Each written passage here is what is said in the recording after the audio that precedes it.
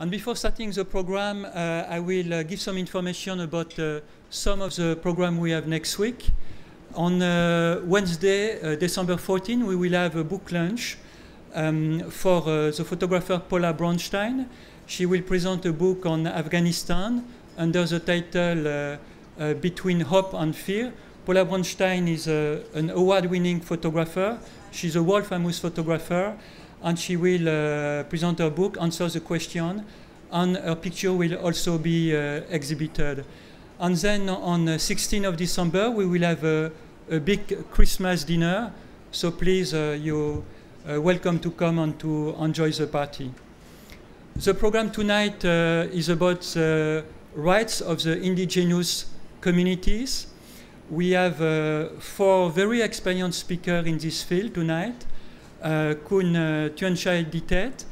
Kun Tuan Chai is a member of the National Human Rights Commission since 2015, but before that she worked for decades to help the Hill tribes, ethnic groups in northern Thailand, and she founded in 1986 the Hill Area Development Foundation, which focus on helping the ethnic groups to practice sustainable agriculture. We also have Mariana Bicheri. Mariana is working for the Food and Agriculture Organization of the United Nations, and she's a land tenure officer at the FAO. We also have Kun Kitisak Ratana Krachan. Kun Kitisak is a representative of the Network of Indigenous People in Thailand, and is also the chairman of the Asian Indigenous People PACT. The AIPP is a regional organization which is focusing on building the capacities of the indigenous communities. And lastly, we have Prabin Shakya. Prabin Shakya is working also for the Asian Indigenous People PACT. He's a human rights and policy advocacy coordinator for this organization. Last September, the administrative court in Bangkok ruled that the houses of a group of Karen villagers in Kaeng Krachan National Park were justified to be burnt, and that this group of Karen had to be forcibly evicted from their ancestral land because the court judged that they had no rights to live on their ancestral land. This was a very stunning decision, but actually it was a decision which was following the Thai law. And this is, in a way, a good illustration of the challenges which are facing the communities, the indigenous communities in Thailand. Maybe the speaker can take the seat, and we will start with Mr. Prabin. We will make the first presentation. Yeah.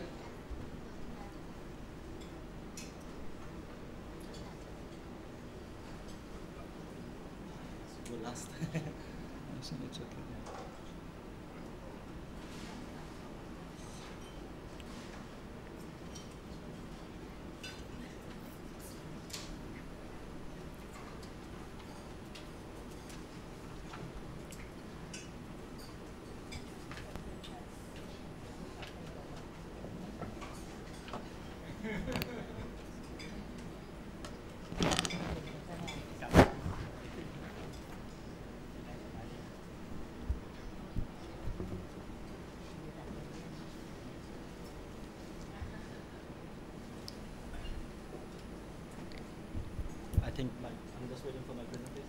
Okay.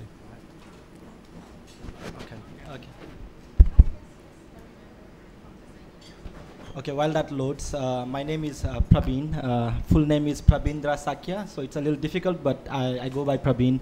I'm originally from Nepal, but I'm currently working with the Asia Indigenous Peoples PACT as the Human Rights Program Coordinator, as Anor just said. AIPP is a regional organization of 48 member organizations in 14 countries in Asia, and these member organizations are mainly indigenous peoples organizations. I do not speak with you here as an expert on what are the rights of indigenous peoples. I only did few semesters on what are human rights. But as an activist who has been working on the rights of indigenous peoples, and an indigenous person myself who have been working on the rights of indigenous peoples since my youth. So first, I'm just here to set the context of who are indigenous peoples, no, and what are their rights in not just in Thailand, but in the 14 countries that AIPP works in and all around the world. So the rights of indigenous people, when we talk about being indigenous, it's when we talk about being indigenous, we indigenous communities don't have a universally accepted definition as we would like to call it, which is in some way a good thing and also a bad thing.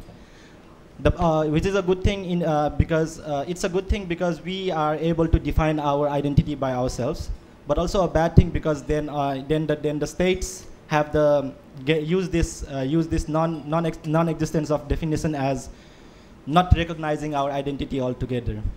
But that doesn't hold true in the international law, because when the international law, particularly the human rights standards that we speak about, there are 4 main criteria that has been established as the key criteria that defines indigenous identity.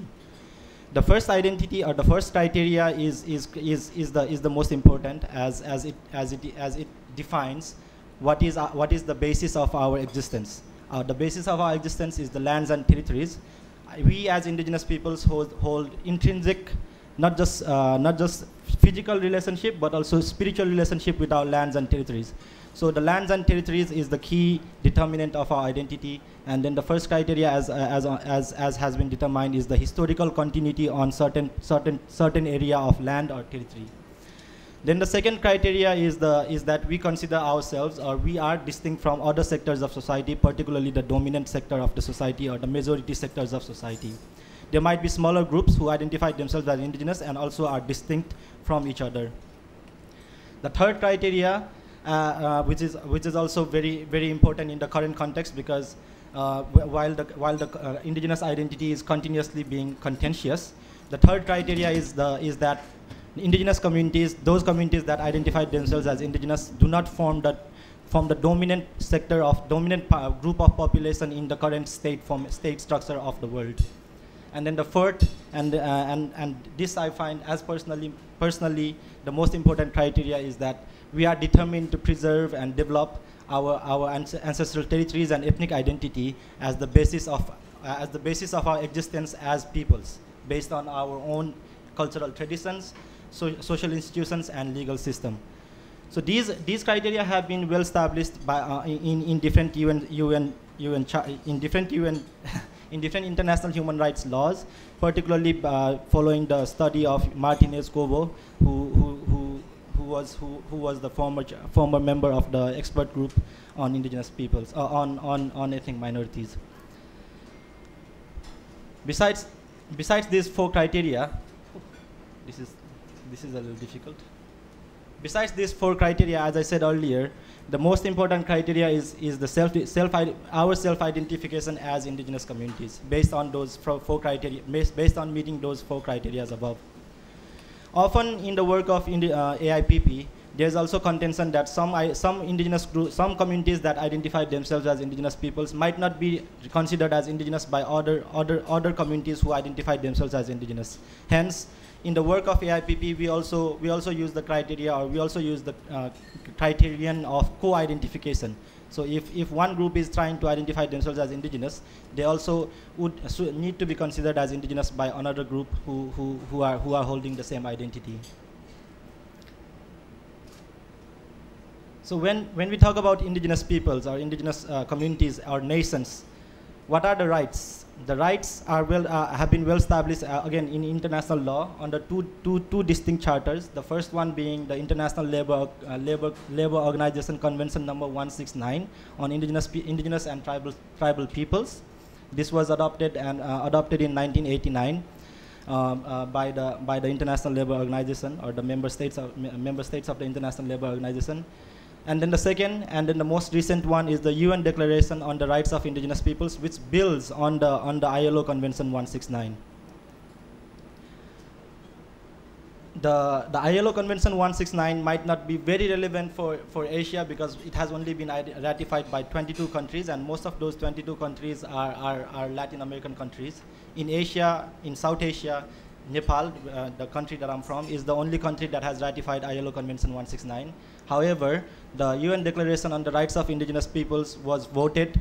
Most of the Asian states except for Bangladesh, all of the Asian states except for Bangladesh voted in favor of the UN Declaration on the Rights of Indigenous Peoples. Hence, the declaration applies to all the states of Asia, including Thailand. So when we talk about the rights, again, under these two, this is the first time I'm using this, okay. Still? Okay. When we talk about the rights that are guaranteed under these two main charters that provide for the rights of indigenous peoples, three key rights are the ones that I would like to briefly touch upon. The first being the right to self-determination. The second, rights over lands, territories, and resources. And the third, the right to free, prior, and informed consent. Most of the international human rights instruments provide right to self-determination. In the International Covenant on the Civil and Political Rights, International Covenant on Economic, Social, and Cultural Rights, all provide that every person has right to self-determination.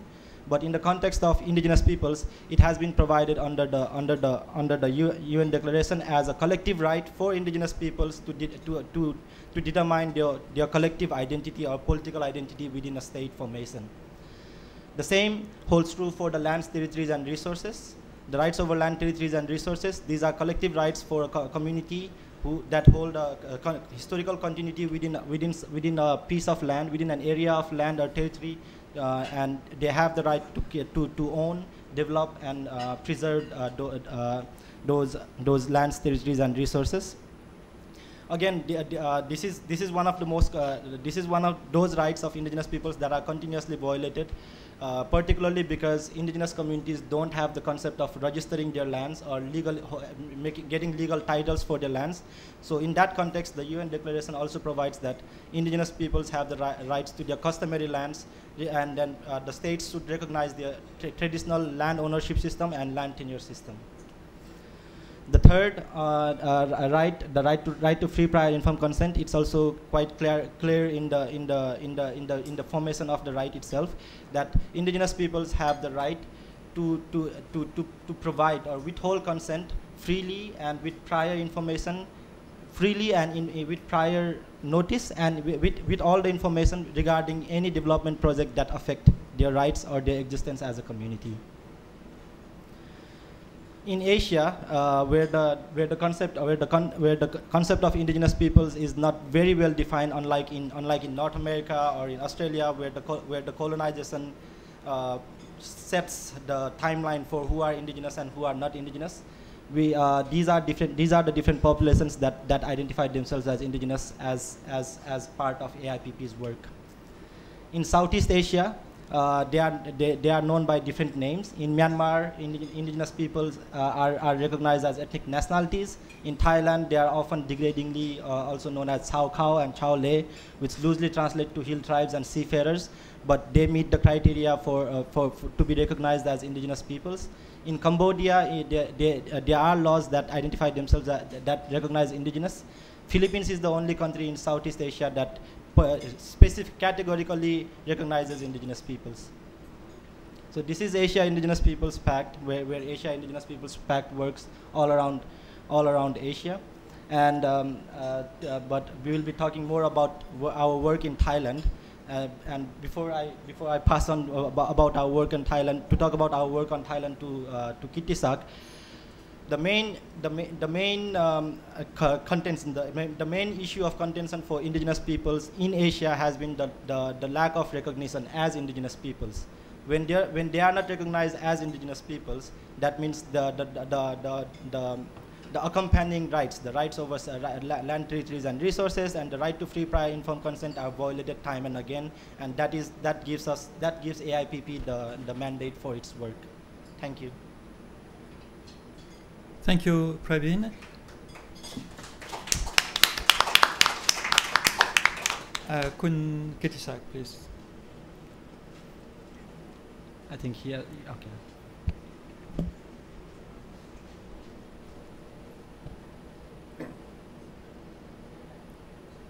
Okay, good evening, everyone. Yeah, actually, it's my great honor to be here to share with all of you about the issues and experiences about the indigenous people in Thailand. Yeah, apart from being the chairperson of the Asia Indigenous People PACT, I also am one of the members of the Network of Indigenous People in Thailand, or NIPT.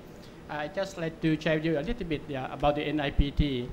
NIPT was formed in 2007, exactly the year that the United Nations adopted the UN DRIP, or the United Nations Declaration on the Rights of Indigenous People. NIPT is just a loose network, just unites around 38 ethnic groups in Thailand. So it's quite a diverse group, in the northern part, northeastern part, and also in the southern part. Yeah, it's my outline, and just quickly. First, I'd just like to give you the general overview of the indigenous people in Thailand. This map, if you see, is showing about the mountain mainland Southeast Asia. There are so many diverse groups living in the mountain mainland Southeast Asia. There are quite a lot of them. This map produced by ICAP, the Foundation of Indigenous Knowledge and People. And like Prabin already mentioned that in Thailand, the government's not yet officially recognized the term indigenous people. So in general, the term that we commonly refer to indigenous people in Thailand is Hill tribe, and also ethnic minorities. That the term used to call people in Thailand. And if you look at the history, about the Hill tribes, only 10 groups that officially recognized as Hill tribe people in Thailand. And the name of the Chao Khao, as you know, Chao Khao, that means Khao means mountain. Chao Khao, that means mountain people. And sometimes they call Chao Tai Pu Khao, that means Thai highland people. That's kind of the meaning of the term used. And of course, I mentioned that these people are living scattered in different parts of Thailand, in the northeastern part, in the central, in the southern part of Thailand. Actually, even though the term indigenous people is not yet recognized by the Thai government, but the term that the government used to use is the term traditional local communities. This was first mentioned in the Thailand Constitution 2007, and actually in the previous draft constitution, the term indigenous people was actually included, but unfortunately, that draft was rejected by the National Reform Committee, and the recent one just adopted the term ethnic groups. That's the recent development on the term use. And Thailand also one of the countries that adopted the UN DRIP. And just to give you some information, these are the diverse indigenous groups that are living in different parts of Thailand. In the northern part, you can see that the Kalen, Mong, Mian, Lisu, Lahu, Aka, Lua, Tin, Kamuk. And then in the northeastern part, like Yakrun, Sak, and then So and Soi, or Kui people. And in the eastern part, there are Chong people. And in the southern part, I think you're already familiar with the issue like Morgan, Moklen, and also Ulak Lavoy. And another hunter-gatherer group is Mani people. Just show you some picture of the people, the diverse group.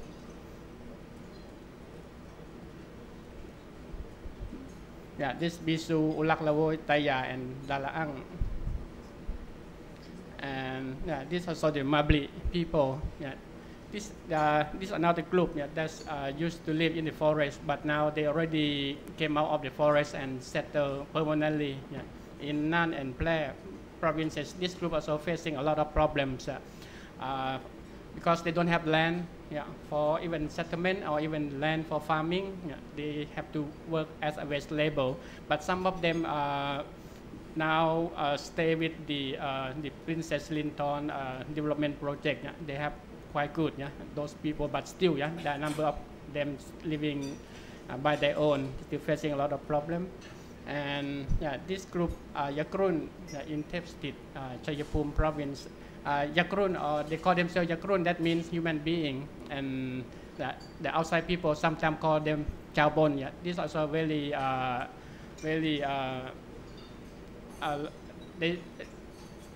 they have been in Thailand for a long time. Yeah, the group that speak very old Mon language, yeah, still residing in Thailand. And yeah, this Mani people, yeah, the Mani in the southern part of Thailand. Yeah, I think it doesn't want to go back.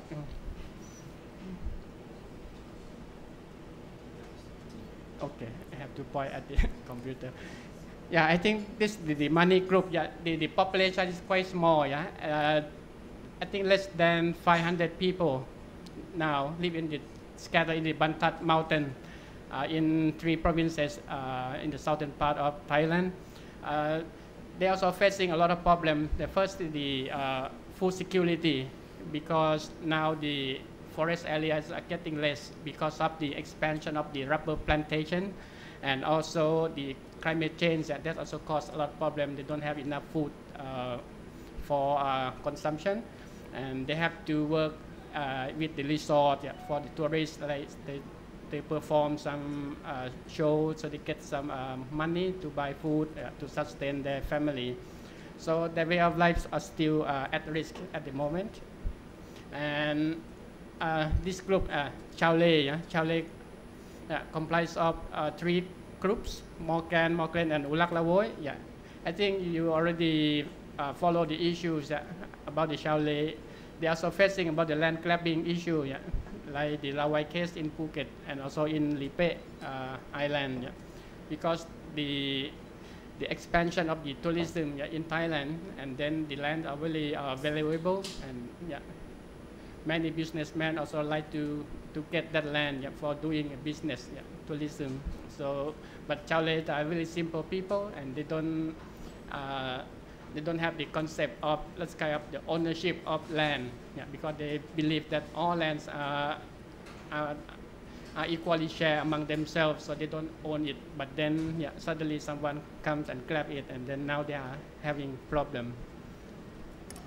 Yeah, just like to share with you a little bit about the common issues among the indigenous peoples. Their way of life is really simple, and of course, like Prabin already mentioned, that they are closely linked with the lands and national resources for their living and for their livelihoods. And yeah, of course, based on this, they have really rich knowledge, yeah, about plants, about weather, about animals.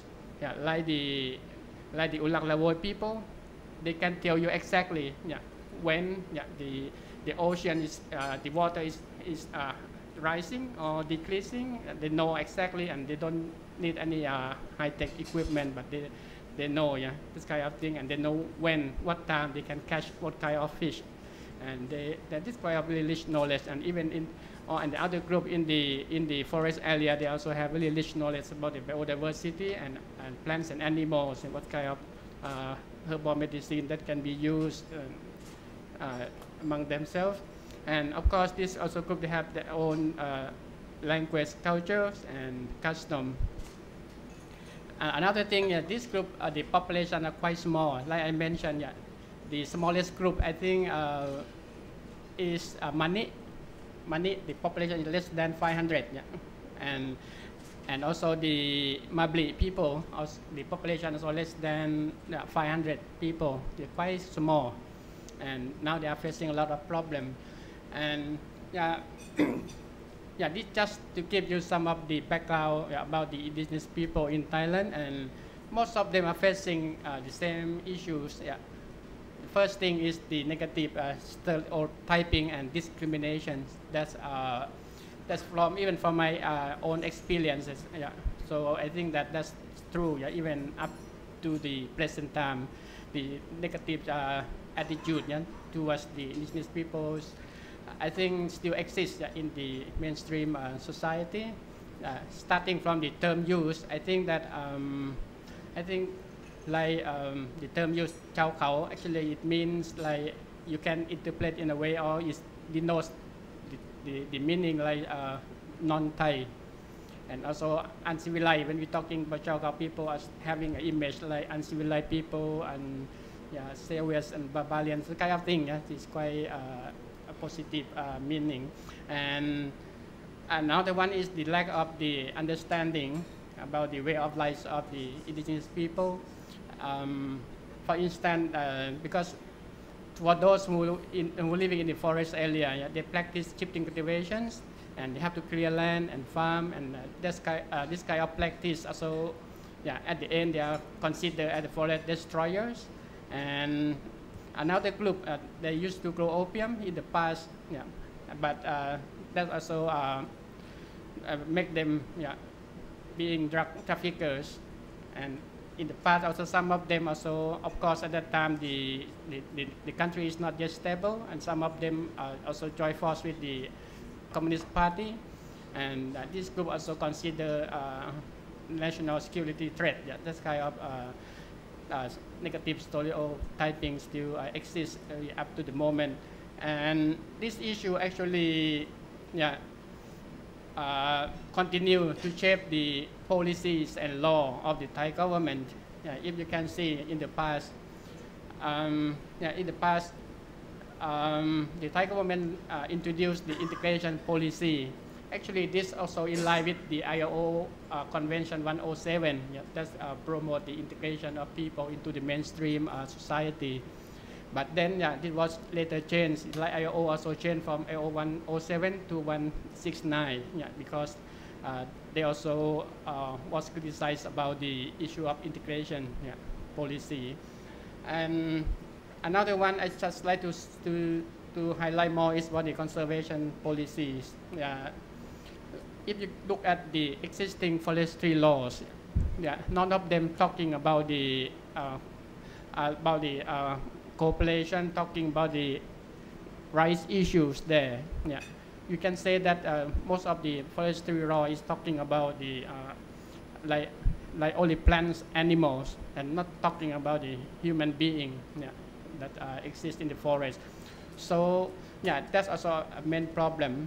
That's why when the government want to declare more protected areas, and that of course overlapping with the lands that community used to live and farm, and yeah, many policy also relate to that kind of conservation policy.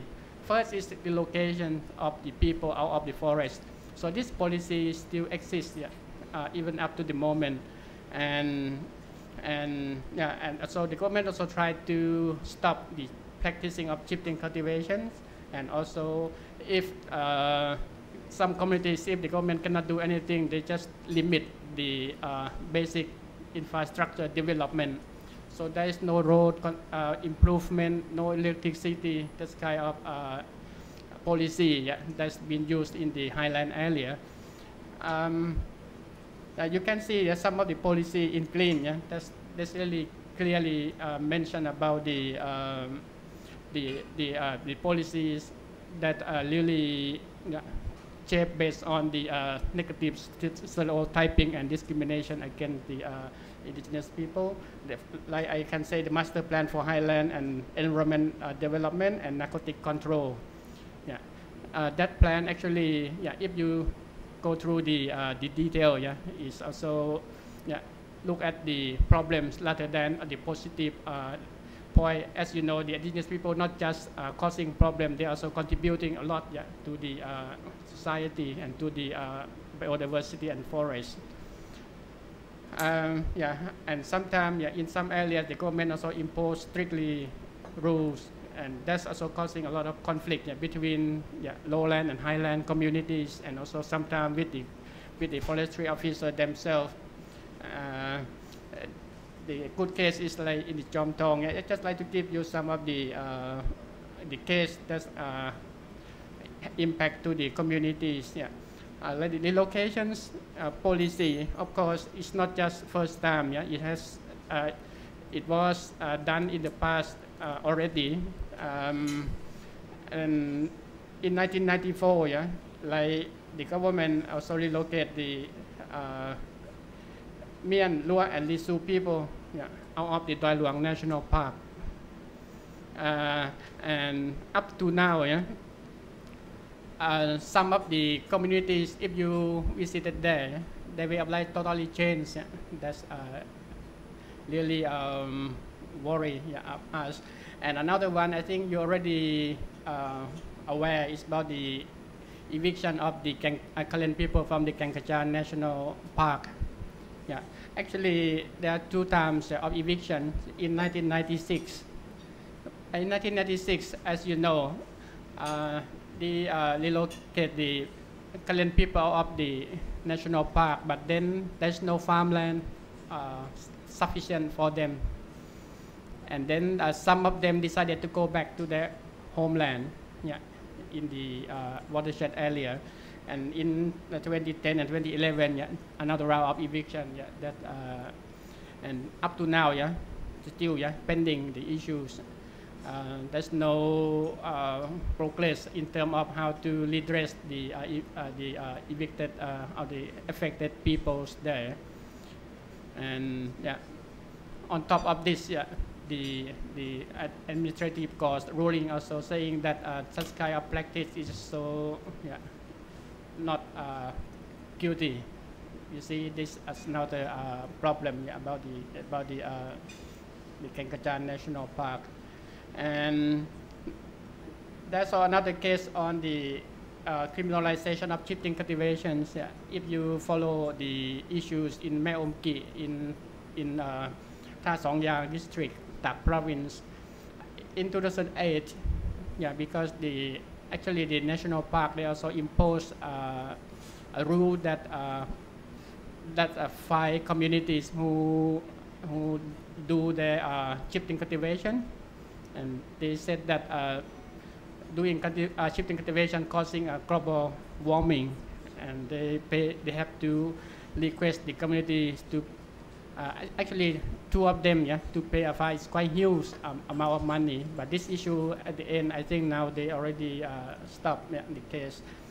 And there are also more conflicts. Like I mentioned already, that conflict between the highland and lowland people because of the contesting and about the use and management of the natural resources. But now the issue is like in the Chomtong case, from the conflict, but now they're able to cooperate and work among themselves under the joint management protected areas. So this is another good case from the conflict. They're able to work together. And for the land grabbing, in the Rawai case, I also mentioned already, this also ongoing issue is not yet resolved, the problem there. Just quickly. For instance, the issue of the one that the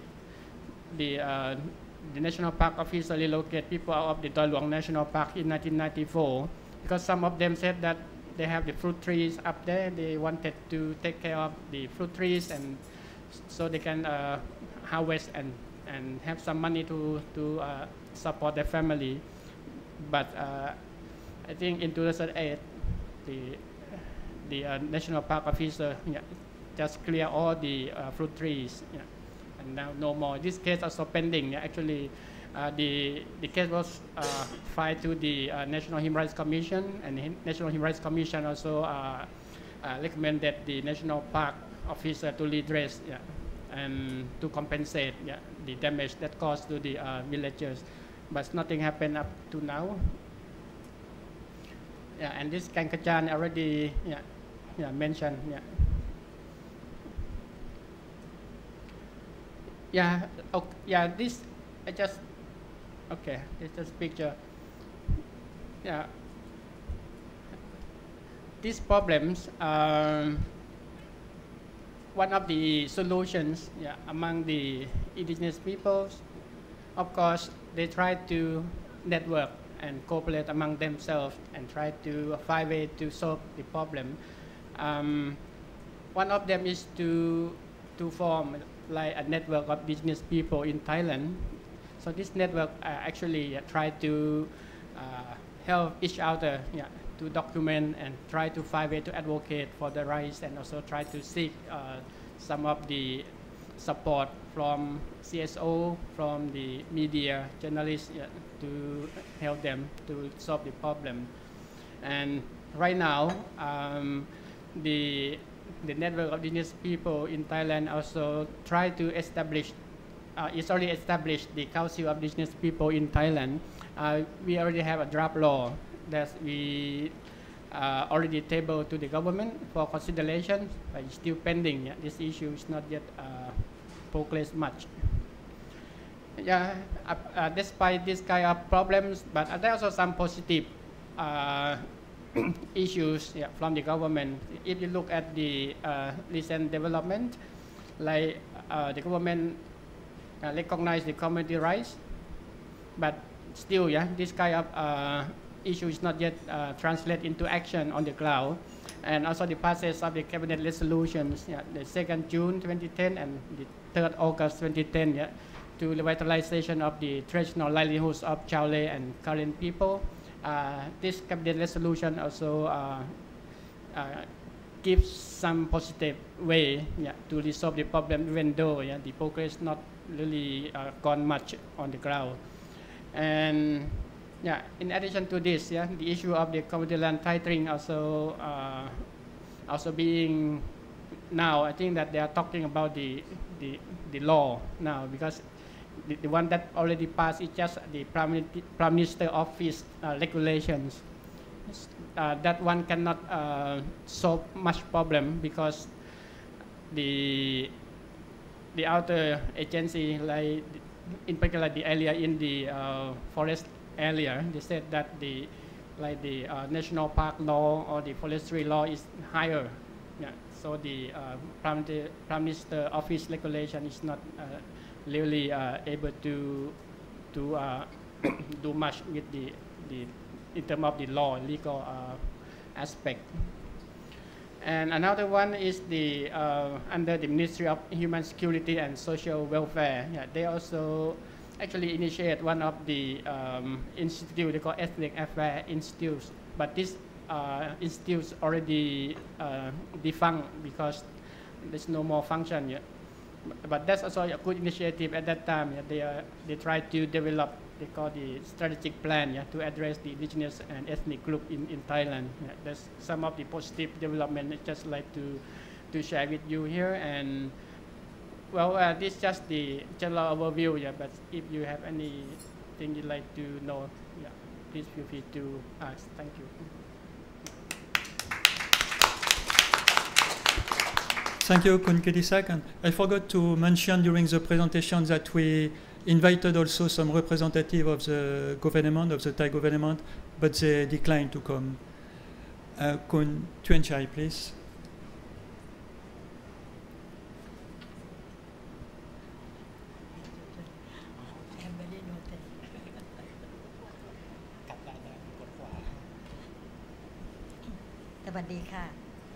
My name is Tuan Chai. Now I am Human Rights Commissioner of Thailand. I want to stand up because I sit the whole day today in the meeting of National Human Rights Commission. So forgive me that I want to stand up. For decades that I worked with at the beginning, the Thai people call them Hill tribe.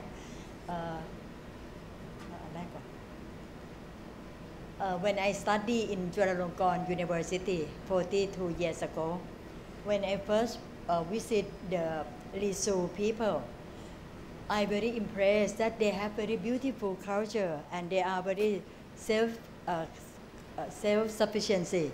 They produce food and everything by themselves, no need to use money.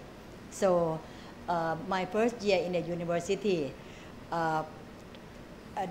I make decision to study sociology and anthropology because I will understand the people who have very strong identity in their culture and tradition.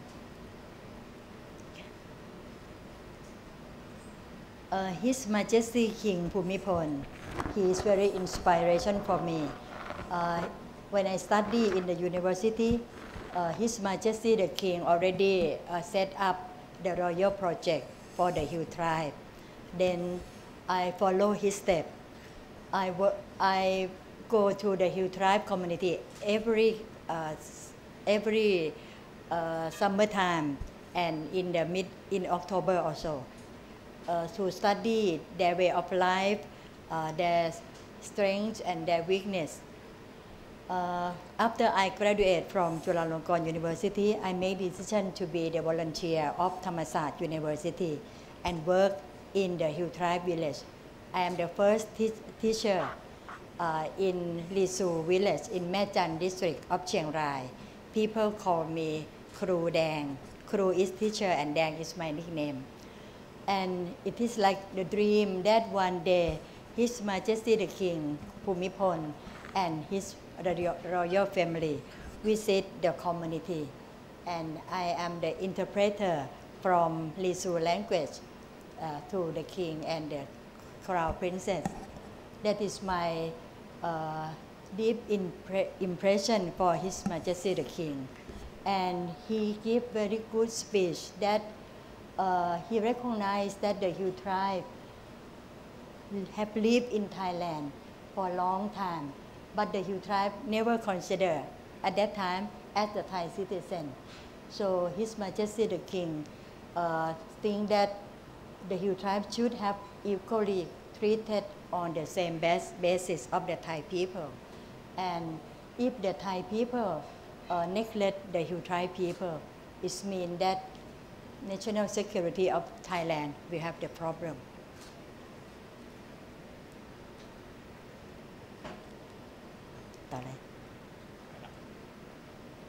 Okay.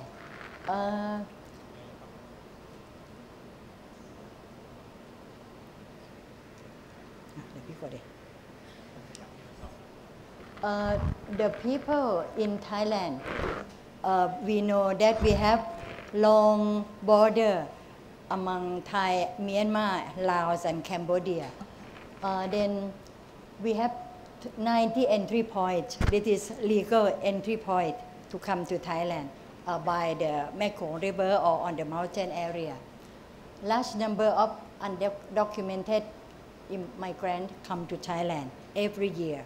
So in the past time, Thailand have only 500,000 of the Hill tribe people around 40 years ago, but now it's increased to be more than 3 million people.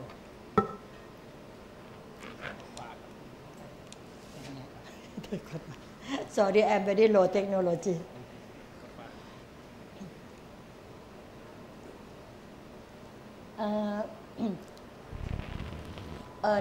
Thailand have developed very good policy and good law. When I was selected to be the senator and the National Legislative Assembly, I proposed two laws that is had created the big positive change. The first thing is nationality law that make more people grant Thai citizenship, and another one is Civil Registration Act in the year of 1991 that make every children who born in Thailand to be registered, birth registration and birth certification. And that is followed by the Child Rights Convention that every children who born in the world and in Thailand, they should have birth certification and birth registration. So this is a big change and very big progress of Thailand, of Thai government.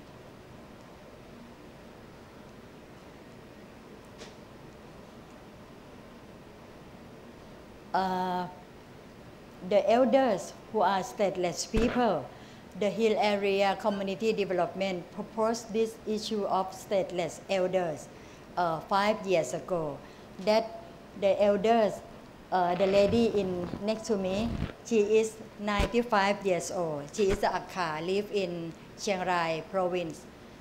She lived in Thailand for more than 40 years. She cannot speak Thai. She speaks only her language, and she is very knowledge, tradition. She has a cultural knowledge, but she never be registered. She not have any documented ID for herself. Then the Hill Area Development Foundation organized the Elderly Stateless People Day 5 years ago. So and invite the media, television and newspaper to the event. So the Thai people now understand and recognize that if we don't care about the elders who is undocumented people, it means that no country in the world recognize the life of the elders. And after the two laws that make more than 100,000 formerly stateless people to grant Thai citizen because of the big positive change of nationality law and legislative law. And so this is the progress about legal status and nationality for the Hu tribe people in the north and also all over Thailand. So the second progress is about the land right, the right to the land and also cultural right. In the history, Thai people never have land right, but after King Rama V, he gave Sakdina, that it is a system in the past time, that to the people who live in Thailand. And after that, we have many laws, that Forestry Act or Wildlife Sanctuary Act, National Park Act, and also Community Forest Act, still not accepted yet.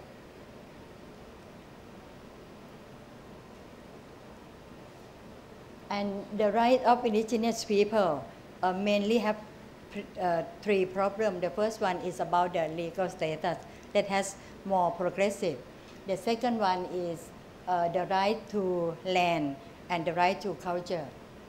The progressive of cabinet resolution for the Sea Gypsy and for the Karen people. This is the Sea Gypsy in Rawai, Phuket province.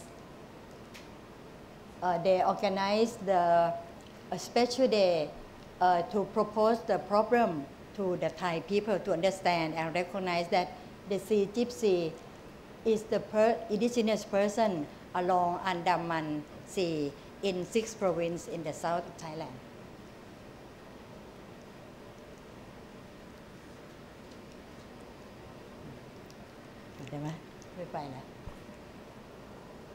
Okay.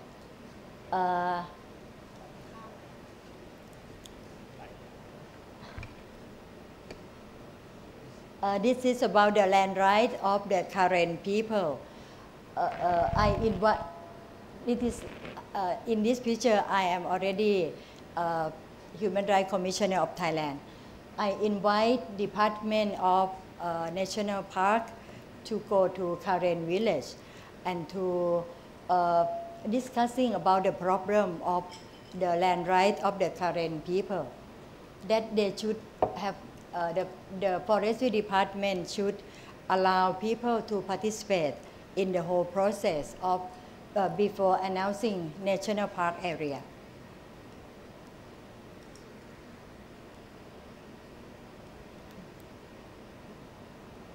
The Karen people, they are the good example of people who live peacefully with nature, and they believe on spirit of the forest and the spirit of nature. One progressive is that to work closely with the mass media. Whenever Human Rights Commission organize any special important event to about the special issue, that is about the elderly who are stateless people, many television and the mass media go to the event and make the Thai people understand the problem. This is in Doi Mesalong in Chiang Rai province.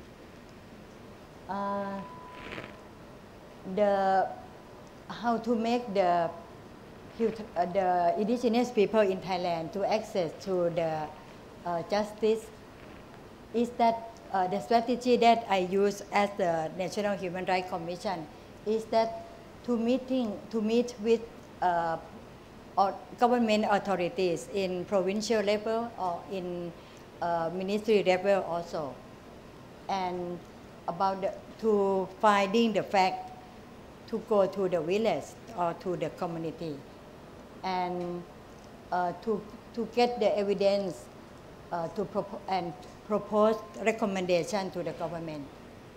So I go to the place that have the problem with myself and the subcommittee.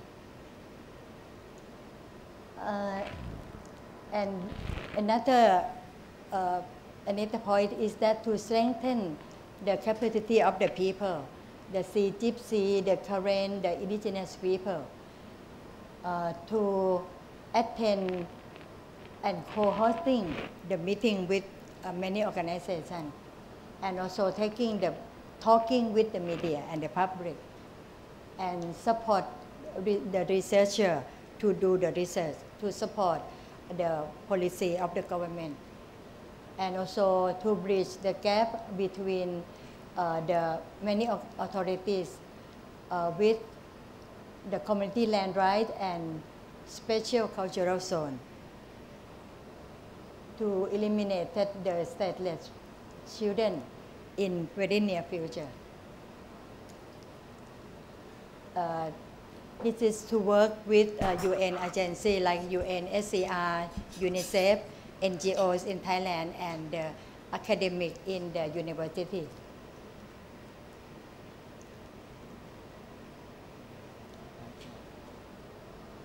To raising awareness of the villagers, the parents, about the importance of birth registration, and to support the elderly who are stateless to get legal status and Thai nationality, and also to make coalition with government, like for example Department of Interior and NGOs, the scholars and the community people, and to review the existing laws and regulation. If the law is not good for the situation, so the Human Rights Commission will recommend to the government. And also, like Kun AIPP said, that now even in UN, no clear definition of indigenous people. So it is one of the plan of Human Rights Commission of Thailand to work with many organizations like IUCN or even AIPP to find the good and the clear definition who is the indigenous people and advise the government policy. Okay. Thank you very much.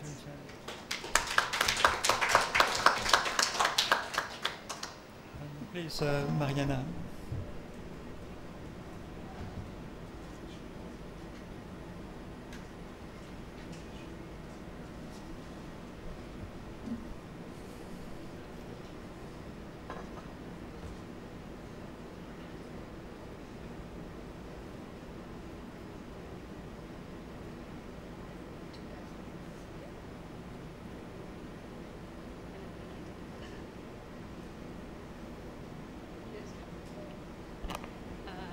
Hello, everyone.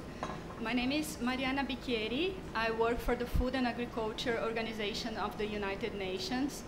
And today I will share with you information about an instrument that FAO has been promoting for 4 years now to tackle the issues flagged in the earlier presentations, especially those related to customary tenure. This instrument, it's the voluntary guidelines on responsible governance of tenure of land, fisheries, forests in the context of national food security. So to start the presentation, a bit of background information. There's more than 2 billion people worldwide that depend on land and natural resources and that are under customary tenure systems, which means that these people, they need their land for shelter, for their adequate standard of living, for their right to food, but they don't have legal recognition, they don't have legal rights over this land. This is a lot of people, it's roughly the population of India and Europe combined. And for these people, land and natural resources, they are not just an economic asset, but they are also the heart of individual and community identity, culture, history, spirituality. They are the source of life, the source of livelihoods, and they are also a key element for food security. And before we move ahead, what do we mean by customary tenure? Customary tenure, it's understood by FAO as the local rules, institutions, and practices governing land that over time and use gain social legitimacy and became embedded in the fabric of a society. Even if customary rights are often not written down, they may enjoy widespread social sanction and may be generally adhered by members of a local population. And what is going on nowadays, it's something that was flagged in the earlier presentations. The competition over natural resources has been increasing due to a number of reasons: population growth, environmental protection, demand for energy. And as this pressure over land is increasing, disputes and conflicts are also increasing. And as a result, the most vulnerable people tend to lose their land. Those are the customary tenure right holders, and they have been called by different names. They can be called indigenous people, ethnic minority, smallholders, local communities. And these people, since they depend on their land and natural resources for their livelihood, losing their land doesn't mean just losing their land, just losing an asset. They are losing the source of food in many cases. And I'd like also to stress that the most poor and vulnerable people in the world are those in rural areas and are among those people under customary tenure systems. So there's actions that still need to be implemented to address these issues, and the voluntary guidelines, the tenure guidelines, can be a useful tool for that purpose. What are these guidelines? The guidelines are a set of principles accepted as good practices to tackle land and natural governance issues. They are also an instrument to foster dialogue among different stakeholders and a new opportunity to address long-standing issues. These voluntary guidelines, how they are developed, FAO started a research working and consultations, and within more or less 5 years, 15 consultations had been carried out involving more than 1,000 people from 133 countries. And during these consultations, people brought in best practices from their countries on how to deal with land governance, and among different land governance issues, how to deal with the issues of customary tenure systems and indigenous peoples' rights. And these guidelines were lately endorsed by the CFS, which is the Committee on the World Food Security. So what these guidelines are about? they are based in 5 principles, and these principles state that states should recognize and respect legitimate tenure rights, safeguard and protect these rights, promote enjoyment of this right, and access to justice, and also prevent disputes and conflicts. So what does specifically the tenure guidelines say about customary rights? It suggests that states should recognize and protect legitimate tenure rights of indigenous people and other communities.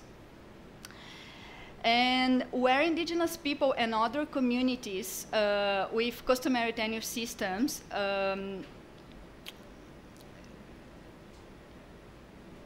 have ancestral rights over land, states should recognize and protect these rights, and they also need to implement measures to ensure that these communities are not forcibly evicted from such ancestral lands.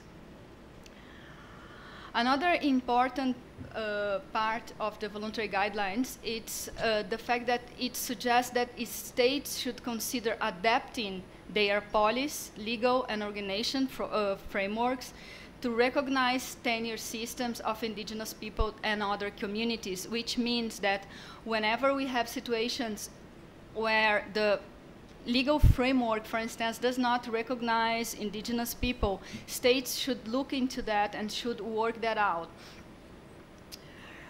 And talking about something that emerged earlier in the presentations, indigenous people and other communities, it's something that it's frequently mentioned throughout the voluntary guidelines. But how is that defined? So I brought the definition from the UN Rapporteur on the Rights of Indigenous People, and I'd like to stress that IPs are defined as distinct cultural groups who are indigenous to the countries in which they have lived and have distinct identities and ways of life. Why this is important? Because here in the region, indigenous people, they are called with different terminologies, but what we need to remember overall is that these people depend on their land. They have been using this land for many generations, and they have rights, even if they are not called indigenous people or if they are called ethnic minorities or hill tribes. They have rights, human rights, that need to be observed. And something that emerges very frequently, what does the word legitimate means? Quite frequently when you are discussing indigenous people rights, people tend to think that they don't have any right because they don't have formal rights, formally recognized rights. They don't have statutory rights.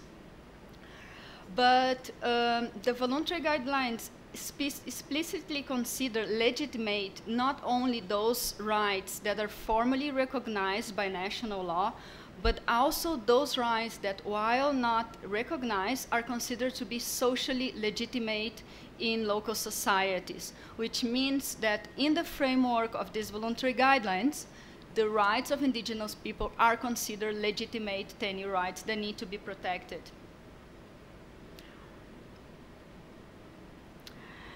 Which means that customary tenure rights are legitimate tenure rights. And now I will share with you some experiences from countries in which these principles of the voluntary guidelines have been implemented and observed.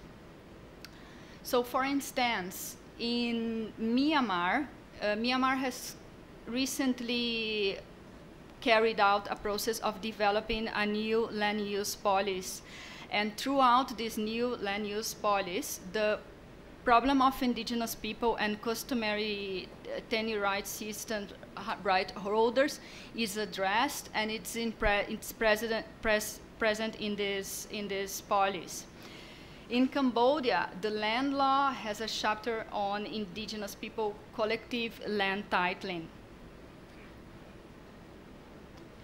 Fiji has also an interesting example on how customary rights are recognized. There's a legislation that forbids fishing in given areas. However, there's an exception for people with customary tenure systems who are using the fisheries for their livelihoods and subsistence. And in India, there's also a legislation in which the rights of indigenous people had been recognized, and throughout this legislation, they are being titled and registered as formal rights. So recognizing and protecting customary tenures, it's very important for a number of reasons. I could say protect people from losing their land, also as a matter of social justice, that it's fundamental to harmony and stability. But overall, we've been talking recently, in recent years, a lot about how to eradicate hunger. And if the issues regarding indigenous people and customary tenure are not addressed, it's impossible to think about a world without hunger. Thailand had taken some initial steps on the promotion of the voluntary guidelines. The Agricultural Land Reform Office has recently prepared a translation into local language. And what FAO expects is that we will be able to engage with government, with civil society, with different stakeholders to facilitate a dialogue about the issues that were presented in the earlier presentation, how they can be addressed, and how we can use these tenure guidelines to think about new solutions of these long-standing issues. Thank you very much. Thank you, Mariana. We now open the floor for the question. The microphone is over there. Please state your name and your affiliation. Any question? If not, maybe I will ask a question. But I'm curious about the slash and burn cultivation, the shifting cultivation. I've read two different kind of things. Some people say that it's destroying forests, that it's not a sustainable practice. And some people say that actually it's a kind of alternative cycle of culture which allows the land to regenerate. And so then in a way it's kind of preserving forest. So what is exactly the situation? Maybe Kuntuenchai, I don't know.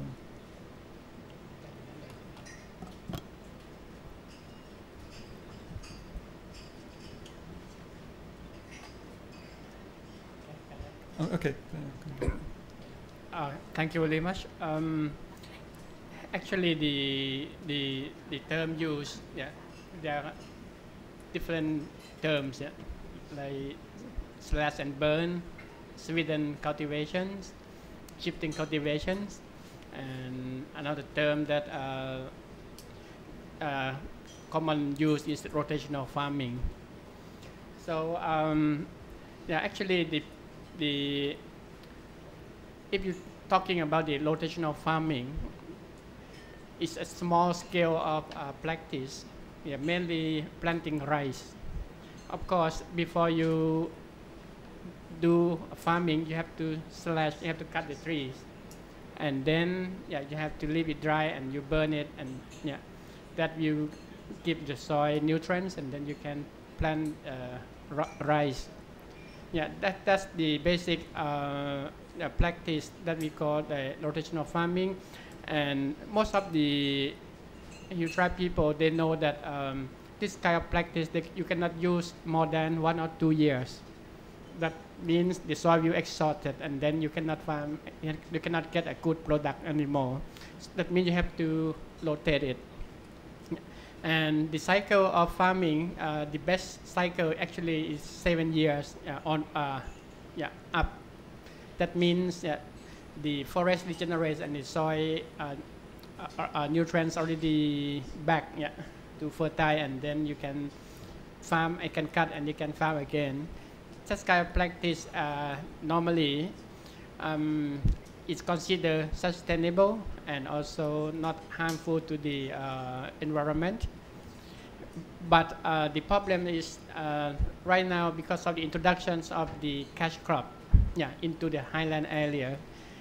As you know, introducing of the cash cropping requires a lot of land for farming. So you have to make a distinction between the notion of farming that mainly for food consumption, mainly growing rice, and in the rice you also get a lot of vegetables that you can consume during the planting seasons. So it depends on the land use tradition. For the current people that I show in the picture, they use rotation farming system and mix with rice, many kind of food like beans, chili, and pumpkin. More than 100 varieties of food grow together with rice in rotation farming. And I just recently come from the Karen village in Sameng district of Chiang Mai. After they cultivate rice, the tree is growing up very fast because it is a rotation farm. And if they use this farm for 1 year and another 7 years come back for this land, so 7 years is enough for the soil to be enriched, and many trees is also grow up in that area. That make some small animals like wild chicken or wild pig can grow up in the farm in the rotation farming system. So this is very good system that the forestry academic prove that the rotation farming system, that is traditional knowledge of the current people, is the best way that make the current people live peacefully with nature. But like Kun Kitisak said, that if the area that people grow cash crop and use density of chemical like corn, more than 1,000 acres of the mountain area was destroyed. But not, I don't blame the Hill tribe people, but the system of monoculture and the big business agriculture support the people to grow in the vast area and use the seed from the monoculture system together with a very density of chemical. Thank you. Hello, Kirk Person from SIL International. Thank you very much for this presentation on your important work. I had one question about a word I did not hear, and that word is education. To give an example, near my wife's home in Fort Worth, Texas, in USA, there is a very modern school with a lovely classroom where the children are all wearing Karen clothing. And the teacher is speaking the Karen language. These are Karen people who came from Burma and are now in America, in Texas, and the local government school recognizes that these children need education in their mother tongue, even though they're in America. So my question is, are your agencies here in Thailand or throughout Asia also working to advocate for indigenous languages and cultures to be in the schools, which is guaranteed in the UN Declaration on the Rights of Indigenous Peoples? Thank you. On behalf of AIPP, yes, indigenous rights, indigenous language rights is one of the key rights that we also lobby for, particularly in terms of policy advocacy, that a national legal framework should guarantee the rights in native languages or mother tongue based education. Our fellows in Canada actually recently, I think it was just yesterday, that Prime Minister Trudeau got an Indigenous Language Act in Canada. And there have been many advances in number of Asian countries too, based on mother tongue based education. As you said yourself, that the UN Declaration also provides this right to have education in their own native languages. And not just that, the UN Declaration also provides that the indigenous peoples have the right to continue their own traditional education system. you might know for indigenous peoples, most of our traditions, most of our systems are not written, or they are mostly oral. Most of our histories are oral, most of our traditions are oral, and these are passed down generations through words, no, not in writing, in many communities. So, of course, the right to mother tongue based education, the formal education in our mother tongue is important. But at the same time, what is also important is that our traditional educational systems are also recognized. Maybe not in the same part as formal education, but at least some recognition of how we transfer our knowledge from generation to generation. As was raised in number of different presentations, indigenous communities hold vast, significant knowledge on how to manage their natural resources, how to manage their how to maintain, conserve the biodiversity that they live with. So those are also the kind of educational rights that we lobby for, not just the language rights or the formal education in native language rights. I just add a little bit on that. As you know, apart from the effort that the many indigenous people organizations and CSOs that try to support the mother tongue educations, and if you look at the cabinet resolutions to revise or to restore the traditional livelihoods of Chale and Karen, there's a clear a proposal to promote the appropriate education that are able to how to say to appropriate to their culture and custom.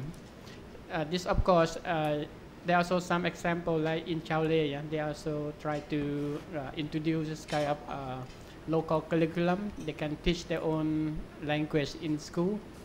And of course, in Karen communities like in Milwaukee, they also try to develop this kind of local curriculum to be taught along with the formal curriculum of the government. But this is still just a beginning. It's not mainstreaming yet. I think the issue is how to mainstream this kind of effort to other groups as well, not just Chale and Karen. I think the lesson from these two groups, maybe we can learn and try to expand it later on. The Social Research Institute of Chulalongkorn University also support the Gypsy people to study their own language in the school curriculum.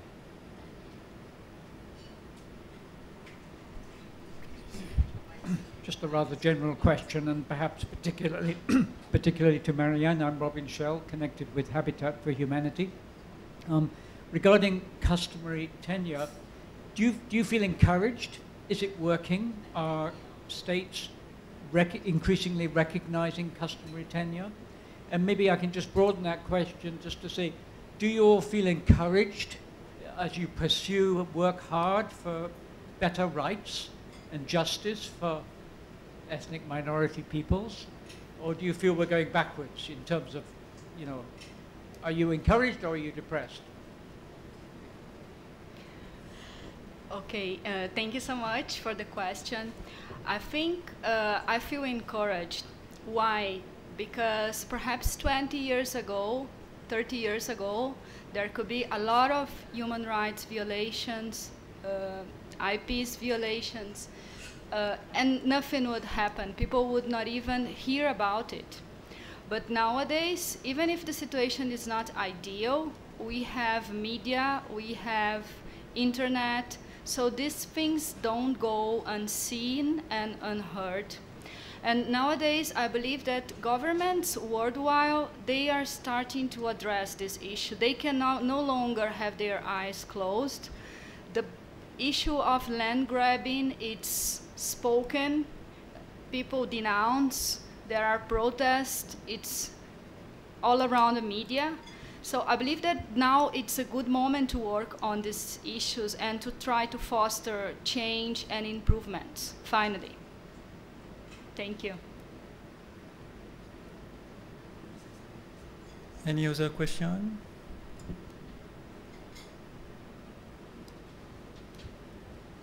Montita Sopark. I'm a student, and I was wondering, so there's like a political rise in nationalism, I think, worldwide, and nationalism, being defined as like one specific national identity.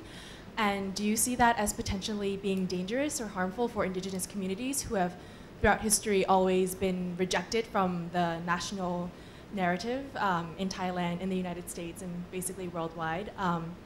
Do you think that this trend in xenophobia and kind of isolationism and nationalism will also potentially have negative effects on indigenous communities? Thanks.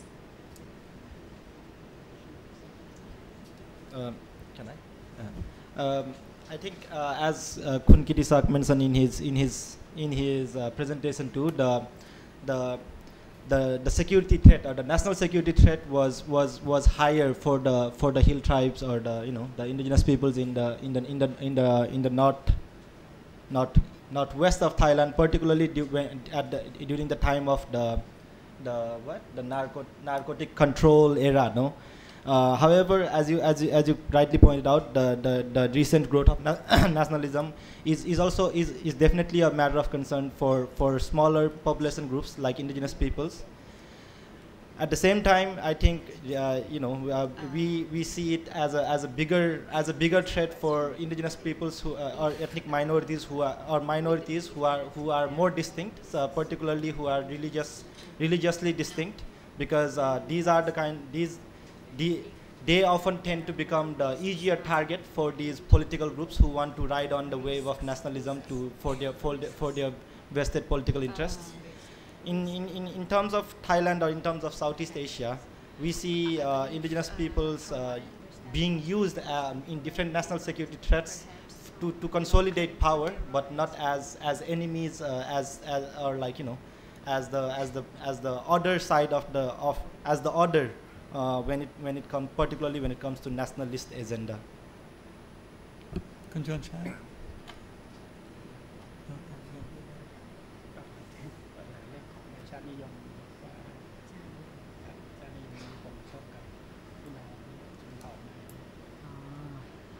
For me, I think that the attitude of the Thai people to the ethnic people is better because there are more media that mention and government policy also better than the past time. And also the young people of the indigenous people in Thailand, they can use many kind of media to speak their voice. So I think the situation in Thailand, the attitude of Thai people to the ethnic people is better. And do you think, for instance, that in the school curriculum, the ethnic groups are better integrated now? This is the problem now because the Ministry of Education is going to close the small school. More than 7,000 of school will be closed. That is in the very remote area. So the Human Rights Commission is planned to discuss with Ministry of Education to support the local community to involve in education, especially the tradition curriculum, to include with the mainstream curriculum. Hi, Dick Kaeng from the Associated Press. So I was wondering, I know this is explicitly about land use and so forth, but to what extent are people of these indigenous communities coming in as laborers in big cities in Thailand? To what extent are they migrating to big population centers like Bangkok? And sometimes there's discussion of migrant laborers and people coming from Myanmar or Cambodia, but to what extent are they people from Cambodia or Myanmar? And to what extent are there also people from these indigenous communities? Thanks. I mean, I think I might not be able to respond to what you just raised directly, but I just wanted to raise one thing that I'm feeling here. Like, I think we are very bound by these national borders that have been created for these communities that were not there when they had their own territorial identity. Yeah? There was no Myanmar or Thailand when the Karen community were living in the Kaeng Krachan National Park. There was no, Cambodia or Thailand when the Soi people were easily moving on from in the eastern part of Thailand to Cambodia. So I think to fully understand indigenous peoples, I think the limited modern state structure that has been created needs to be. We need to at least come out of that thinking, because in the UN Declaration itself too, that it recognizes that there are a number of indigenous communities who have been divided by these national borders, and there's a specific article that provides that the indigenous communities have the right to keep their international contacts with their peer groups across the border, because there might be more similarities between Karen in Thailand and Karen in Burma than Karen in Thailand and in the mainstream Thai people. So I think that is one thing that we need to understand when we try to understand indigenous peoples. Particularly for my people too, we were not divided by border, but when we were conquered in Nepal, we ran all across. So my group is quite scattered too. So that is, I think, one key thing to be understood when we try to understand indigenous peoples. But coming back to the question, I think migration, urban migration, or for migration for work is a big issue for indigenous peoples too. Particularly, as mentioned in the earlier presentation, the Chao Lay people, they have been forcibly migrated from one island to another, because in the course of their lands, their islands being occupied or being forcibly taken for luxury resorts and national parks. So there is the issue of labor migration, or like forced migration, definitely for indigenous peoples. In this context, what we have also been trying to do is work more closely with the groups that work on the rights of migrant workers, because the labor rights also fare strongly for indigenous peoples. That's why the International Labour Organization has a separate convention for indigenous peoples, when they don't have such separate convention for any other population group. So I think that I would just stop there. But I just recognize that the labor migration and urban migration is a big issue for indigenous peoples. The one before I end, the one bigger impact of urban migration or labor migration for indigenous peoples is that indigenous peoples, again, are collective being. We have a collective identity. So when we migrate from rural to urban areas or for work, it affects on our collective identity, because it somehow disintegrates the community.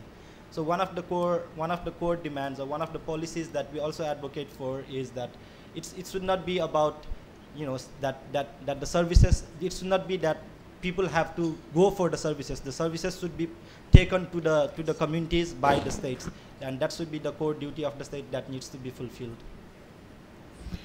And I would add something in relation to this issue of migration. It's important also to think what happened in other countries in which indigenous people rights have been denied. There are cases in South America when plantations model have been implemented.